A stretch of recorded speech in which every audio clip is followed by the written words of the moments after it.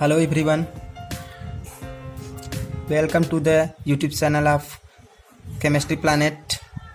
How are you all? Hope all are doing well. And what about your preparation? Please comment in comment section box. तो आज से हम start करने जा रहे हैं organic chemistry for IIT JEE neat and other entrance examinations. तो organic chemistry में हम सबसे पहले पढ़ेंगे basic organic chemistry. Basic organic chemistry. Basic organic chemistry. Organic chemistry is the chemistry of compounds of carbon. Organic chemistry क्या है? Organic chemistry है chemistry of compounds of carbon. ये क्या है? कार्बन कंपाउंड्स की एक केमिस्ट्री है। कार्बन कंपाउंड्स की एक केमिस्ट्री है। होता क्या है? बेसिकली सन 1850 में वैज्ञानिकों ने, कुछ वैज्ञानिक थे, वैज्ञानिक ने ये बताया, केमिस्ट जो थे उन्होंने बताया कि ऑर्गेनिक केमिस्ट्री जो है लिविंग ऑर्गेनिज्म से पाए जाते हैं। हम इसे इनऑर्गेनिक मटेरियल से सिंथेसाइज नहीं कर सकते और ना ही इसे हम लेबोरेटरी में तैयार कर सकते हैं। तो ये माना गया कि इसे हम लिविंग ऑर्गेनिज्म के द्वारा प्राप्त करते हैं। तो जैसे जैसे समय बीतता गया तो कुछ साइंटिस्ट जो हैं इसे खोजें और वहाँ पे उन्होंने, उसमें से पहले साइंटिस्ट थे जिन्होंने अमोनियम साइनेट को हीट किया और वहाँ से यूरिया मिला। और इस यूरिया को हम लोगों ने क्या नाम दिया? उस समय के साइंटिस्ट ने इस यूरिया को ही क्या नाम दिया? Organic compounds.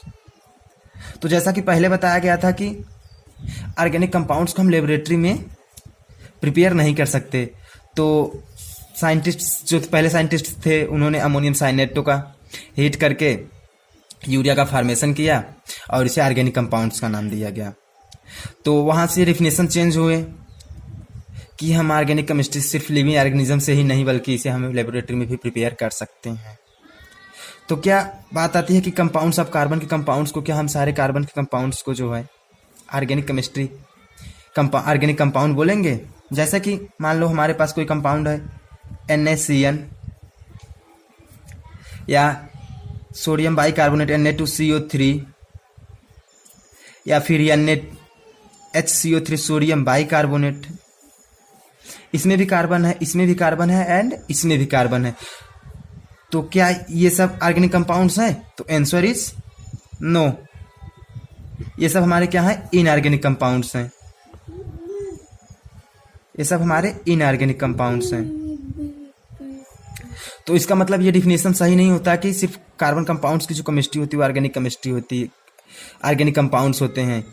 तो ऑर्गेनिक कंपाउंड्स को हम जनरली तब डिफाइन किया गया कि hydrocarbons and their derivatives are called organic compounds. Hydrocarbons and their derivatives are called organic compounds. तो बात आती है हाइड्रोकार्बन क्या है एंड उसके डेरिवेटिव्स क्या होते हैं। तो इसे हम डिटेल में अभी आगे पढ़ेंगे जब हम इसकी IPSC नॉमेनक्लेचर पढ़ेंगे। तो फिर अभी थोड़ा सा समझ लेते हैं। हाइड्रोकार्बन जैसे दो प्रकार के होते हैं, एक सेचुरेटेड हाइड्रोकार्बन एंड एक अनसेचुरेटेड हाइड्रोकार्बन।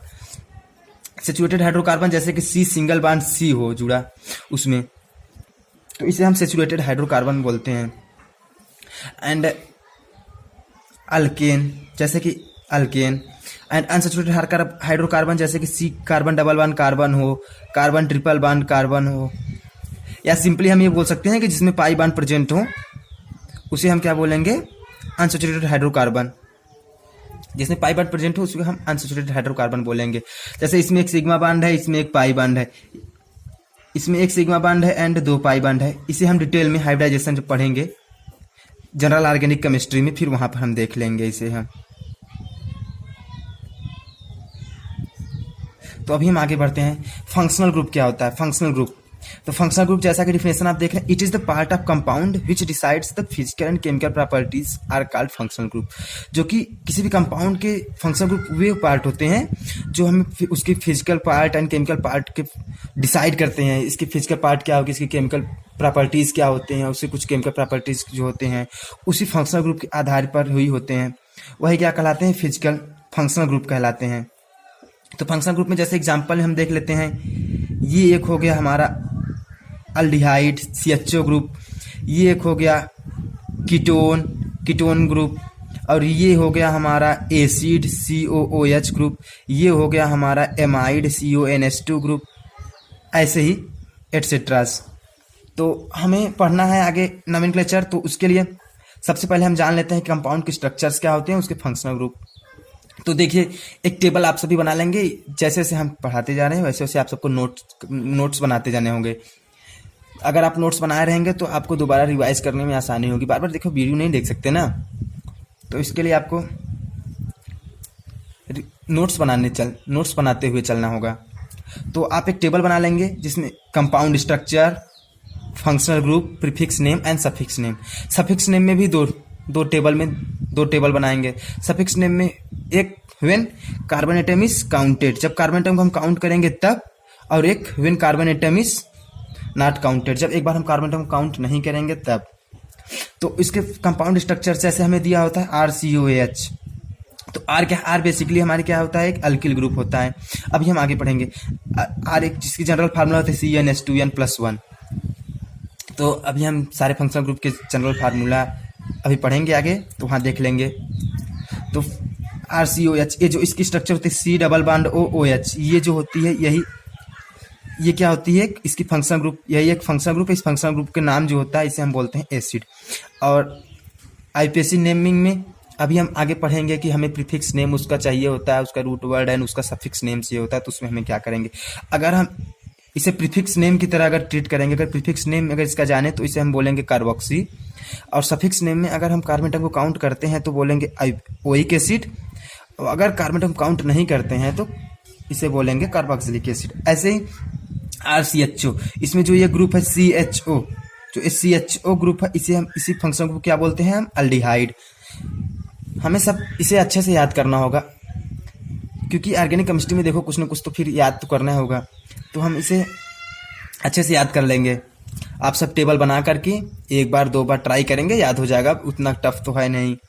और ऐसे पे भी बेसिकली सब 11th-12th के स्टूडेंट्स सोचते हैं कि यार इनऑर्गेनिक केमिस्ट्री, फिजिकल केमिस्ट्री सही है, अच्छा है, पर ये जो है ऑर्गेनिक केमिस्ट्री बहुत प्रॉब्लम क्रिएट करती है। पर ऐसा कुछ नहीं है, हम स्टार्ट से चलेंगे ऑर्गेनिक केमिस्ट्री में, एकदम बेसिक चैप्टर से चल रहे हैं, सब पढ़ाएंगे ऑर्गेनिक केमिस्ट्री में, और आपको मैं गारंटी लेता हूँ आपको कहीं भी टफ नहीं लगेगा। ऑर्गेनिक केमिस्ट्री सबसे ईजी लगेगा, बस आपको प्रैक्टिस करनी होगी। तो फिर हम देखते हैं अपने टॉपिक पे आते हैं। RCHO ये जो फंक्शनल ग्रुप, कौन सा फंक्शनल ग्रुप है, CHO कौन सा फंक्शनल ग्रुप है, ए अल्डिहाइड है। इसका प्रीफिक्स नेम क्या होगा, फॉर्मिल, एंड सफिक्स नेम में अगर कार्बन एटम को काउंट करते हैं, अगर इस कार्बन एटम को अगर हम सफिक्स नेम में नेमिंग में अगर काउंट करेंगे तो इसे हम लिखेंगे अल, सफिक्स नेम में अल ऐड करेंगे। अगर हम काउंट नहीं करते हैं इस वाले कार्बन एटम को तो हम लिखेंगे फॉर्मिल्डिहाइड। ऐसे ही RCOR, ये जो CO ग्रुप है इसी ग्रुप को क्या बोलते हैं हम, कीटोन, और प्रीफिक्स नेम इसका होगा ऑक्सो। अगर कार्बन एटम को अगर काउंट करेंगे तो, अगर कार्बन एटम को काउंट करेंगे तो ओन, और नहीं करेंगे तो carbonyl. And CONH2 functional group इसको क्या बोलते हैं, इस फंक्शनल ग्रुप क्या बोलेंगे, अमाइड या फिर एसिड अमाइड। अगर इसका प्रीफिक्स नेम जाने तो इसे बोलेंगे कार्बोमोइल, इसे क्या बोलेंगे हम, कार्बोमोइल। और कार्बन एटम काउंट करेंगे तो अमाइड, और नहीं करेंगे तो फिर कार्बोक्सामाइड। ऐसे RCOR, ये जो COO ग्रुप है इसे ही बोलते हैं एस्टर। इस फंक्शनल ग्रुप क्या नाम है, एस्टर। सॉरी, प्रीफिक्स नेम में बात करें तो इसे बोलते हैं कार्बोक्सिलेटो। एंड ओइक एसिड में बात करते हैं तो अगर सफिक्स नेम की बात करें तो कार्बन एटम काउंट करेंगे तो 8, और नहीं करेंगे तो कार्बोक्सिलेट।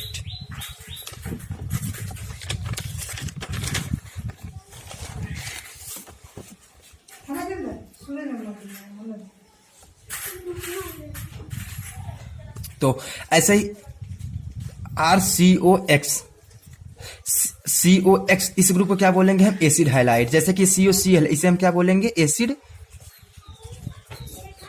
क्लोराइड बोलेंगे इसे हम। एक्स की जगह हम कुछ भी ले सकते हैं, क्या क्या, fluorine, chlorine, bromine and iodine. अगर फ्लोरीन लेंगे तो एसिड फ्लोराइड, क्लोरीन लेंगे तो acid chloride, acid bromide and acid iodide. इसका प्रीफिक्स नेम क्या होगा, हेलोकार्बोनिल। जैसे यहाँ क्या होगा, यहाँ हेलोकार्बोनिल, ऐसे यहाँ क्या होगा, क्लोरोकार्बोनिल। इसका क्या हो जाएगा हमारा प्रीफिक्स नेम।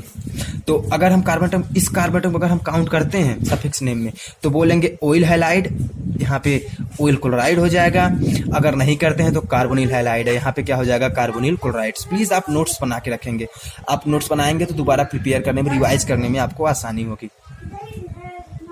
उम्मीद करते हैं आपको सब समझ में आएगा। और हाँ, जहाँ जो न समझ में आए, जो भी प्रॉब्लम हो इस टॉपिक से रिलेटेड या अनदर टॉपिक से रिलेटेड, प्लीज़ आप उसे कमेंट कर सकते हैं। तो RCN, CN कौन सा फंक्शनल ग्रुप है, इसे ही बोलते हैं हम साइनाइड। इसका प्रीफिक्स नेम होता है साइमो, एंड सफिक्स नेम में अगर इस कार्बन एटम को काउंट करते हैं तो नाइट्राइल, नहीं करते हैं तो कार्बोनाइट्राइल।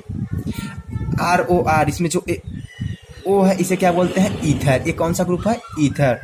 ये दोनों साइड से R किसी अल्किल ग्रुप या एरेल ग्रुप से जुड़े होंगे। अब इसका प्रीफिक्स नेम में, किसका प्रीफिक्स नेम क्या होगा, ऑक्सी। इसमें तो कोई कार्बन है और इसके बाद RSR होगा, ये जो सल्फर है, अगर ये दो अल्किल ग्रुप से जुड़े होंगे या एरिल ग्रुप से जुड़े होंगे तो इसे बोलेंगे, इसकी ये जो है फंक्शनल ग्रुप थायोएथर, और इसका प्रीफिक्स नेम थायोऑक्सी। ऐसे ही ROH, जो OH है, ये कौन सा फंक्शनल ग्रुप है, इसे बोलते हैं अल्कोहल। ये तो बेसिक है ना यार, इतना तो सुना ही होगा, अल्कोहल। और इसका प्रीफिक्स नेम हाइड्रोक्सी, और सफिक्स नेम में से हम ऑल जोड़ते हैं। ऐसे ही RNH2, ये क्या होता है, अमाइन, एंड इसका प्रीफिक्स नेम अमीनो। ये जो होते हैं तीन होते हैं, एक टर्शियरी अमाइन जिसे 3 डिग्री अमाइन बोलते हैं, 2 डिग्री अमाइन बोलते हैं, एंड 1 डिग्री अमाइन बोलते हैं। ये क्या है, ये प्राइमरी अमाइन है। सेकेंडरी अमाइन में अगर हम बात करें तो ये हो जाएगा NHR, एंड टर्शियरी अमाइन में बात करें तो NR2। ये हो गए। RSH, इसे बोलते हैं, ये कौन सा फंक्शनल ग्रुप है, SH, थायो अल्कोहल। जैसे कि ये अल्कोहल अगर SH है तो थायो अल्कोहल। जैसे यहाँ देखो, यहाँ पे O था तो ईथर, S था तो थायो ईथर, ऐसे ही। और इसका जो है प्रीफिक्स नेम क्या है, मर्केप्टो। अब हम आगे चलते हैं। Rules for the writing the nomenclature IUPAC name of the organic compound, या IUPAC name of the organic compounds. अब हम आगे पढ़ते हैं और देखते हैं rules for the writing of nomenclature. हम किसी भी ऑर्गेनिक कंपाउंड की नेमिंग कैसे करें, उसकी IUPAC नेम क्या होगा, तो उसके लिए हमें क्या करना होता है, देखो, prefix name plus root word plus suffix name. अगर हम इसको लिख देंगे साथ साथ तो हमारा उसकी ऑर्गेनिक कंपाउंड की नॉमेनक्लेचर तैयार हो जाती है। तो देखो जैसे क्या है, if the compounds have been more than 1 substituents, एक से अधिक सब्स्टिट्यूएंट अगर जुड़े हुए हैं। अभी हम सब्स्टिट्यूएंट्स के बारे में बात करते हैं। Substituents group is directly attached to parent, that is main chain. The counting starts from where presence of seniority of higher functional group, and also the first prefix name of substituents will be rated in alphabetically order। मतलब ये है कि अगर हमारे पास substituents एक से अधिक जुड़े हुए हैं मेन चेन से, तो हम उसमें क्या करते हैं, इसमें हम नंबरिंग करते हैं IUPAC नेम। अभी हम देखते हैं उसके बारे में। हम उसमें क्या करते हैं, किसी भी IUPAC नेम में नंबरिंग करते हैं। तो नंबरिंग हम स्टार्ट्स किधर से करेंगे, इसके लिए हमें क्या चाहिए होता है, उसकी सीनियरिटी, फंक्शनल ग्रुप की सीनियरिटी होती है, उसके बेस पर हम जाएंगे। और प्रीफिक्स नेम, हम प्रीफिक्स नेम की भी सीनियरिटी जाएंगे। प्रीफिक्स नेम जो होता है आप सब्स्टिट्यूएंट्स के will be rated in alphabetically order में होते हैं। जैसे मेरे पास क्या होता है, एक क्लोरो ग्रुप है, एक ब्रोमो ग्रुप है, तो B पहले आता है तो पहले हम ब्रोमो लिखेंगे, फिर उसके बाद C आता है तो फिर क्लोरो लिखेंगे। ये होती है हमारी अल्फाबेटिकल ऑर्डर। तो हम एक लॉन्गेस्ट चेन को डिसाइड करेंगे जिसे रूट वर्ड बोलते हैं। यही क्या होता है, हमारा एक मेन चेन की तरह होता है। तो IUPAC नेम को हम डिटेल में देखेंगे। अभी ये तो हमारा हो गया, बस थोड़ा सा। तो IUPAC नेम को हम अगले वीडियो में लेकर आएंगे, अच्छे से देखेंगे डिटेल में। सबसे पहले हम IUPAC नेम में पढ़ेंगे IUPAC name of hydrocarbons, hydrocarbon की IUPAC नेमिंग कैसे हम करेंगे। फिर उसके और हाँ, चैनल को सब्सक्राइब भी करें एंड शेयर भी करें। वीडियो अच्छी लगे तो please like, share and subscribe for